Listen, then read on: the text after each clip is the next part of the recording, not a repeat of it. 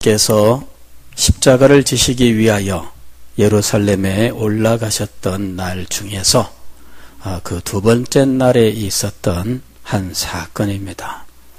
예수님께서 예루살렘에 가셨을 때 예수님을 환영하는 사람들이 많았던 것이 아니라 예수님을 어떻게 해서든 해치려고 하는 사람들이 많았습니다. 물론 천하각처에서 몰려온 사람들이야 예수님에 대해서 별로 아는 바가 없습니다만은, 그러나 이 예루살렘을 근거지로 하고 있는 유대의 종교 지도자들은 예수님께 대해서 해치기로 이미 모의를 하고 있는 중이었습니다. 그리고 해치려고 하는 이 예수님에게 어떤 실수를 기대하고 흠을 잡기 위해서 사람들을 보내어 이렇게 저렇게 질문을 던지면서 떠보기 시작을 했는데, 오늘 우리가 읽은 말씀은 그러한 떠보는 그들의 이야기 중에 하나입니다. 그들이 예수님에게 찾아와서 겸손하게 마치 무엇인가를 구하는 것처럼 이렇게 이야기를 합니다. 선생님이여, 우리가 아노니 당신은 참되시고 진리로 하나님의 도를 가르치시며 아무도 꺼리는 일이 없으시니 이는 사람을 외모로 보지 아니하심이니이다. 예수님께 대해서 극찬을 하는 것처럼 이렇게 이야기를 해요. 당신은 참되시고 진리로 하나님의 도를 가르치시며 아무도 꺼리는 일이 없으시니 이는 사람을 외모로 보지 아니하심이니이다. 그러면서 바로 당신이 이런 분이기 때문에 아무나 함부로 대답할 수 없는 아주 이 미묘한 문제에 대해서 한번 답을 구합니다. 그런 이야기죠. 그러면서 그들이 예수님께 물은 것은 무엇이냐 하면, 그러면 당신의 생각에는 어떠한지 우리에게 이르소서. 가이사에게 세금을 바치는 것이 옳으니까 옳지 아니하니까. 이 문제는 왜 어려운 문제냐 하면, 가이사는 당시 유대 땅을 식민 통치하고 있는 통치자입니다. 즉 로마의 황제죠. 현재 이 가나안 땅은 로마의 식민지로 있습니다. 그리고 당연히 이 유대인들 중에는 로마의 식민 통치에 순응하며 사는 사람도 있지만 그에 대해서 저항하는 사람들도 많이 있는 거죠. 물론 정도의 차이는 있습니다만은 어떤 사람은 무력으로 로마의 식민 통치를 벗어나야 된다 이렇게 주장하는 사람도 있고, 로마의 식민 통치는 현재적인 권력이므로 이 현재적인 권력과 다투기보다는 그런 속에서 우리의 유대인의 정체성을 유지해 나가는 것이 옳다 이렇게 생각하는 사람도 있고, 그리고 대다수의 백성들은 마음속에 로마의 식민 통치를 싫어하지만 그러나 별다른 힘이 없으므로 그냥 그 속에서 이제 살아가고 있는 것이죠. 그러나 어쨌든 이 로마의 식민 통치 문제에 대해서는 이것이 심각한 폭발력을 가지고 있는 문제일 수밖에 없는 거예요. 자, 그러면서 가이사에게 세금을 바치는 것이 옳습니까? 옳지 않습니까? 라고 선악 개념으로 물어본 겁니다. 이게 옳다 하게 되면은 가이사 편을 확실하게 드는 거예요. 그러면서 로마의 식민 통치를 싫어하는 사람들, 공개적으로 대적하는 사람들 말고도 그냥 말은 않고 있지만 마음속으로는 싫어하는 사람들도 얼마든지 있는 상황에서 가이사에게 세금을 바치는 것이 옳다라고 이야기하면 그 사람들 전부에게 예수님은 이제는 친 로마파다 이런 식의 매도를 당할 수 있는 상황이 되는 거예요. 다시 말씀을 드리면 우리나라에 일제 통치 기간이 있었지 않습니까? 그때를 생각하시면 돼요. 그래서 친일파다라고 몰리게 되면 그 다음에는 무슨 말을 해도 벗어나기가 어려워요. 현재 우리나라가 그런 상황이잖아요. 친일파를 청산을 해야 된다. 이것이 지금 젊은 사람들이 그리고 소위 말하는 이 좌파에 속한다는 사람들이 늘 하는 그 말이 그거잖아요. 뭘 말만 하면은 말하다가 안 되겠다 싶으면은 친일파 이렇게 하면은 그 다음부터는 모든 게 다 스톱되는 거예요. 뭔 말을 하다가 친일파 그러면 끝나는 거야. 대통령하고도 뭔 말을 하다가 친일파의 딸 그러면 끝나는 거야. 박정희 대통령이 옛날에 만주 군관학교 출신이거든요. 응? 그러니 그 다음에 만주 군관학교 가서 거기 마치고 이랬거든요. 그러니까는 이 박정희 대통령에 대해서 친일파다 그렇게 해버리면은 모든 게 끝나는 거야. 말하다가 밀리면 친일파 끝나는 거잖아요. 더 이상 아무런 말을 할 수가 없게 돼버려요. 이 사람이 무슨 공적이 있느냐, 이 사람이 나라를 위해서 무슨 일을 했느냐, 이런 것에 대해서는 더 이상 아무도 돌아보지 않습니다. 친일파 한마디에 다 눈이 돌아버리고 그 다음부터는 입을 닫기 시작하는 거예요. 그만큼 뭔가 딱지를 붙인다고 하는 것은 이거는 굉장히 아주 치명적인 그러면서도 선동 효과가 아주 강력한 거예요. 예수님에게 왜 이런 질문을 했느냐? 이 질문을 하기 전에 이게 굉장히 예민한 질문이잖아요. 이게 예민한 질문이기 때문에 이 질문을 하기 전에 예수님께 대해서 온갖 미사력으로 당신밖에는 이 문제에 대해서 정직하게 말해줄 분이 없습니다. 그렇게 말한 거예요. 여기 보세요. 16절 말씀 보면 우리가 아노니 당신은 참되시고 진리로 하나님의 도를 가르치시며 당신은 진실만 말하는 사람이다. 두 번째로는 아무도 꺼리는 일이 없으시니 사람의 눈치 볼 것도 없고 당신은 진리는 그대로 당당하게 말하는 사람이다. 그거예요. 이는 사람을 외모로 보지 아니하심이니이다. 즉 권세 있는 사람이라고 그 앞에서 벌벌 떨고 외모로 보고 하지 않고 당신은 권세 있는 사람 앞에서도 당당하게 말할 수 있고 손해가 된다고 할지라도 진실을 말할 뿐이시다. 이러면서 예수님께 대해서 얼마나 높였는지 몰라요. 당신밖에는 이 문제에 정확하게 답을 줄 분이 없습니다. 이러면서 물은 거예요. 그 질문은 예수님을 어떻게 하기 위해서? 넘어뜨리기 위해서, 올무에 빠뜨리기 위해서 하는 이 질문, 이것만큼 아주 악한 것이 없어요. 포장은 선하죠. 포장은 선해. 이런 질문을 받게 되면 참 난감할 수밖에 없습니다. 오늘 우리나라도 공직자들 가운데 국회에서 청문회 하면서 취임하는 공직자들이 지금 우리 시대에 100이면 100 반드시 받는 질문이 있습니다.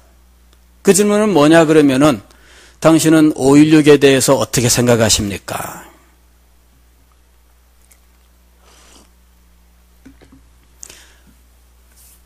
그 질문에 대해서 이렇게 답하면 이렇게 걸려 넘어질 것이고 저렇게 답하면 저렇게 걸려 넘어질 거예요. 그게 올무예요. 올무. 그게 올무입니다. 그래서 답변을 안 하고 슬그머니 피해가려고 하면은 답변 안 한다고 또 막 뭐라 그러고 답변을 하면은 또 그 답변에 대해서 또 막 또 시비 걸고 덜머들고 이래가지고 하여튼 100명이 청문회 나가면은 100명에게 다 묻는 질문이 이 질문이에요.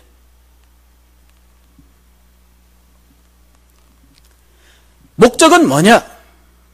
걸려 넘어지게 하는 거예요.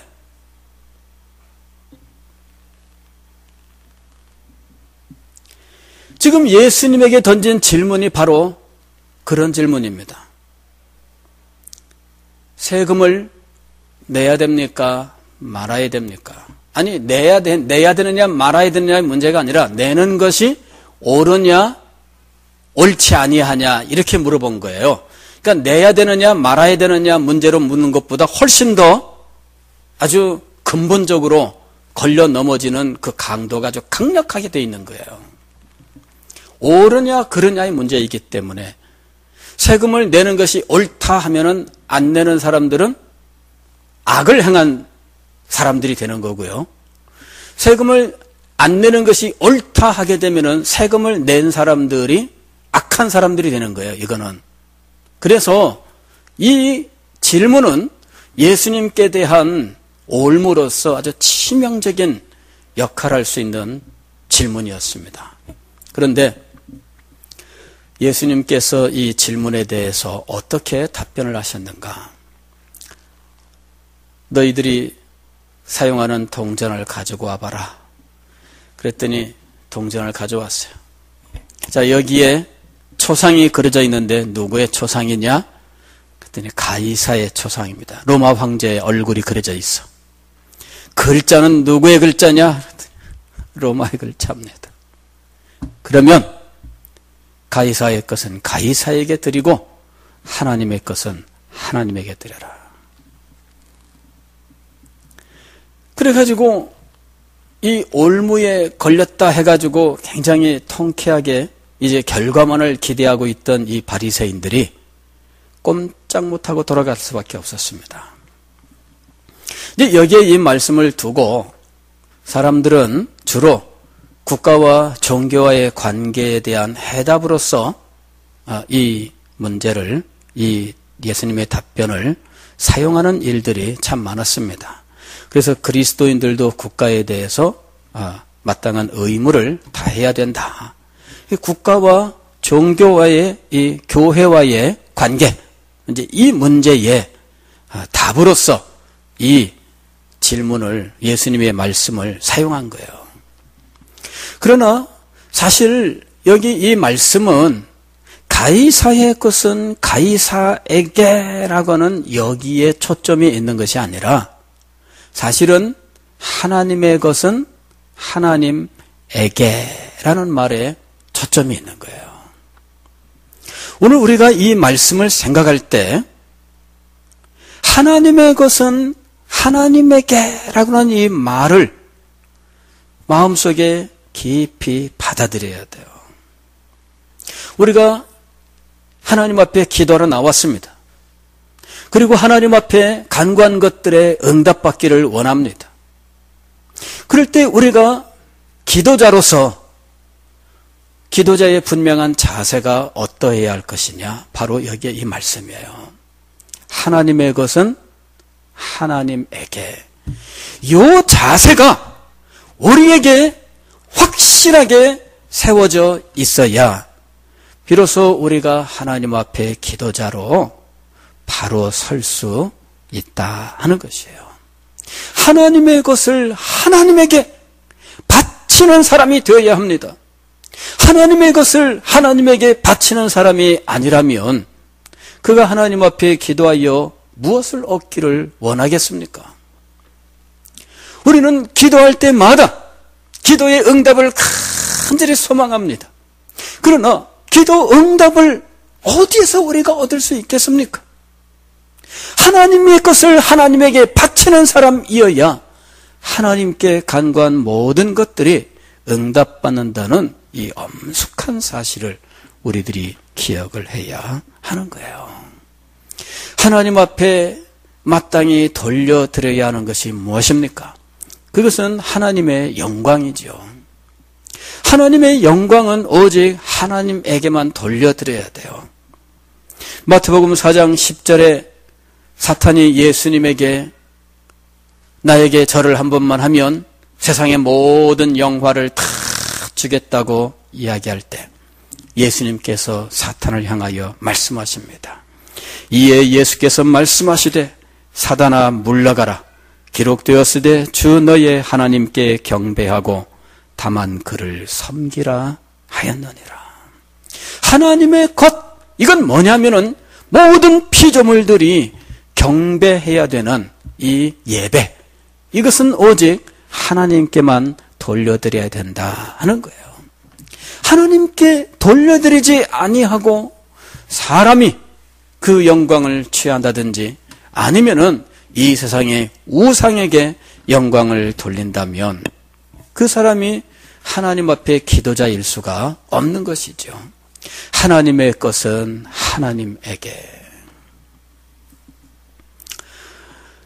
예수님께서 율법의 큰 뜻을 말씀하시면서 네 마음을 다하고 목숨을 다하고 뜻을 다하여 주 너의 하나님을 사랑하라 하셨으니, 그럴 때 하나님의 것으로 마땅히 하나님께 드려야만 되는 것이 무엇이냐 하면 마음과 목숨과 뜻이라고 하는 거예요.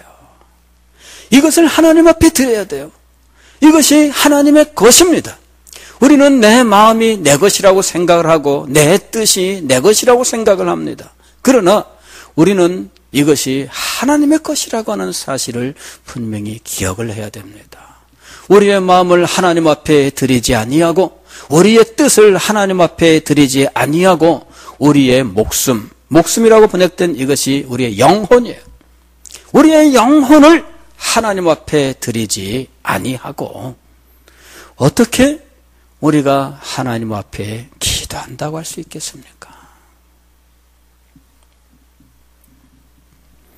로마서 12장 1절 말씀을 보면 그러므로 형제들아 내가 하나님의 모든 자비하심으로 너희를 권하노니 너희 몸을 하나님이 기뻐하시는 거룩한 산제물로 드리라.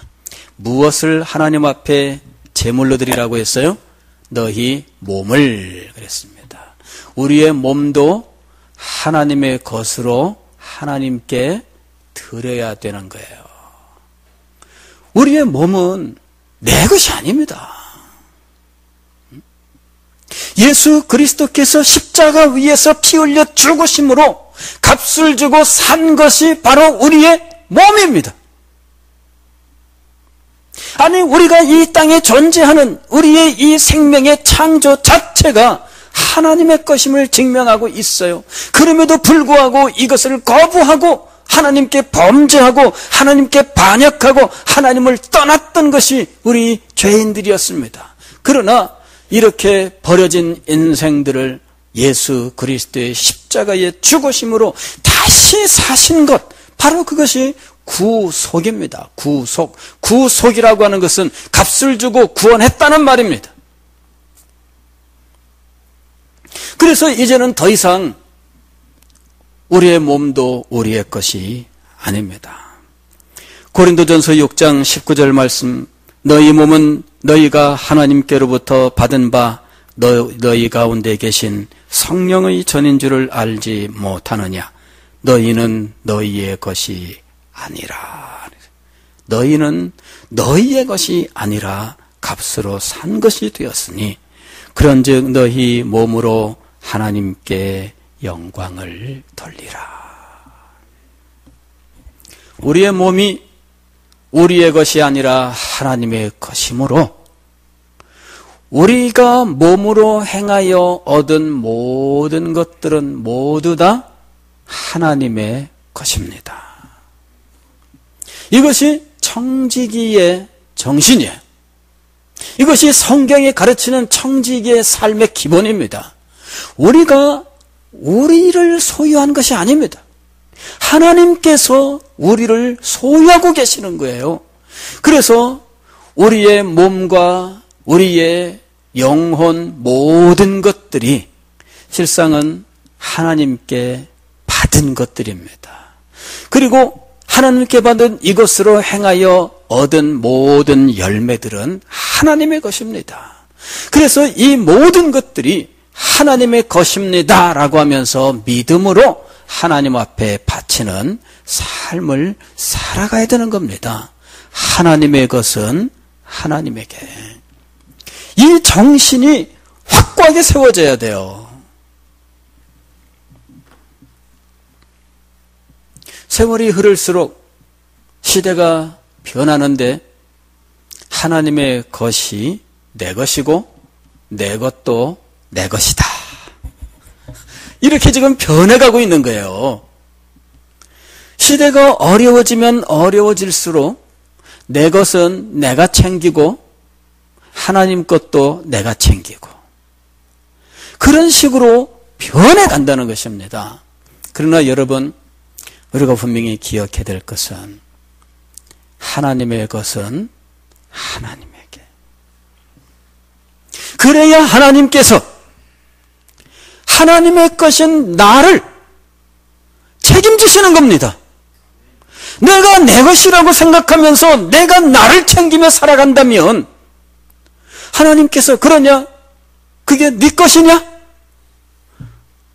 네 마음대로 해봐라. 그러나 이것은 내 것이 아니라 하나님의 것입니다. 하나님께 드리면 하나님께서 이 모든 것들을 우리에게 채우시는 겁니다. 마태복음 7장 33절에 그런즉 너희는 먼저 그의 나라와 그의 의를 구하라.